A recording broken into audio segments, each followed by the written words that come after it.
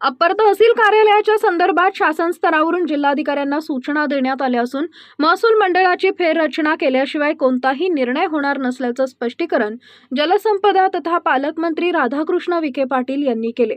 ज्यांच्याकडे मुद्दे राहिले नाहीत ते आता जनतेला पुढे करून लढाई करत असल्याचा टोलाही त्यांनी माध्यमांशी बोलताना लगावला। शिवजयंती सोहळ्यानंतर माध्यमांशी बोलताना मंत्री विखे पाटील म्हणाले की अप्पर तहसील कार्यालयाला स्थगिती मिळाल्याची बातमी ही अहिल्यानगर जिल्ह्याची नसून सोलापूर जिल्ह्यातील अनगर या गावची असल्याचा खुलासा केला।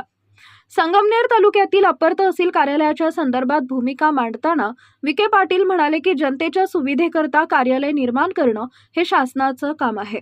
आश्वी बरोबरच घारगाव साकूर इथं अप्पर तहसील कार्यालय व्हावं अशी मागणी पुढे आली असल्याचं लक्ष वेधून याबाबत ग्रामस्थांच्या असलेल्या भावनांचा कुठेही अनादर न करता महसूल मंडळाची फेररचना केल्याशिवाय कोणताही निर्णय होणार नसल्याचं त्यांनी सांगितलंय।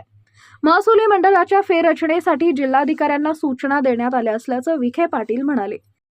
मला वाटतं हे जे मध्यंतरी काल परवा बातमी आली, अहमदनगर अप्पर तहसील कार्यालय हायकोर्टात स्थगिती दिली आणि त्याचा काही जल्लोष आमच्या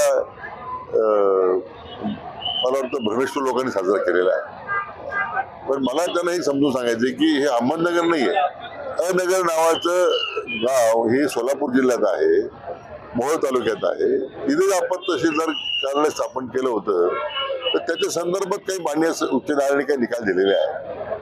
तर अहमदनगरच्या अप्पर तहसील कार्यालयाचा काही संबंध नाही। आजही अहमदनगरला सुरू करण्याचं अप्पर तहसील कार्यालय उत्तम चाललेलं आहे। विकेंद्रीकरण झालं पाहिजे, कारण तालुक्याची भौगोलिक स्थिती एवढी मोठी आहे। म्हणून संगमनेरमध्ये आपण आश्वीला अप्पर तहसील कार्यालय स्थापन करण्याचा निर्णय केला आहे।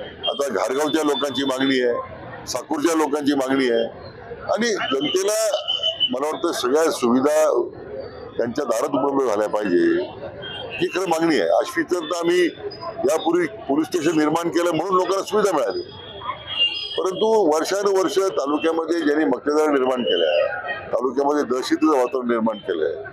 आता लोकांनी दहशत या विधानसभेला झुगारून दिलेली आहे। त्यामुळे अप्पर तहसील कार्यालयासंबंधी निश्चितच काही लोकांचा विरोध यासाठी की भौगोलिक दृष्ट्या त्याचा विचार करायला पाहिजे।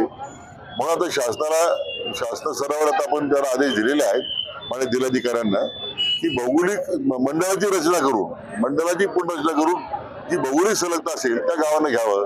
जे भौगोलिक सलगतेतून ज्यांच्यावर अन्याय होता इकडे जोडल्यामुळे त्यांना त्यातून वगळावं। पण मला वाटतं याच्यावर विनाकारण आता मी म्हटल्याप्रमाणे भ्रमिष्ठ लोक आहेत, त्यांना पराभव पचवता येत नाही। स्वतःच्या अस्तित्वाची लढाई काही ना काही मुद्दे जे आहेत ते मुद्देच नाही आहेत, ते उपोषित करून लोकांची दिशाभूल करण्याचा प्रयत्न करतात। परंतु अप्पर तहसील कार्यालय करताना कोणत्याही घटकाला, कोणत्याही गावाला त्याच्या भौगोलिक सलगतेच्या विरोधात जाऊन काही निर्णय होईल असं अजिबात नाही। त्या सगळ्या ग्रामस्थांच्या भावनेचा निश्चितपणे आदर होईल।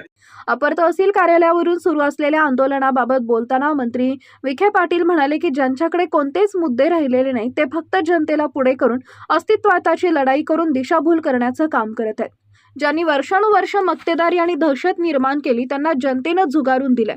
पराभव पचवता येत नसल्यामुळेच अप्पर तहसील कार्यालयाच्या विषयावर राजकारण केलं जात असल्याचं त्यांनी म्हटलंय। विजन प्लस न्यूज साठी सायरा सय्यद लोणी।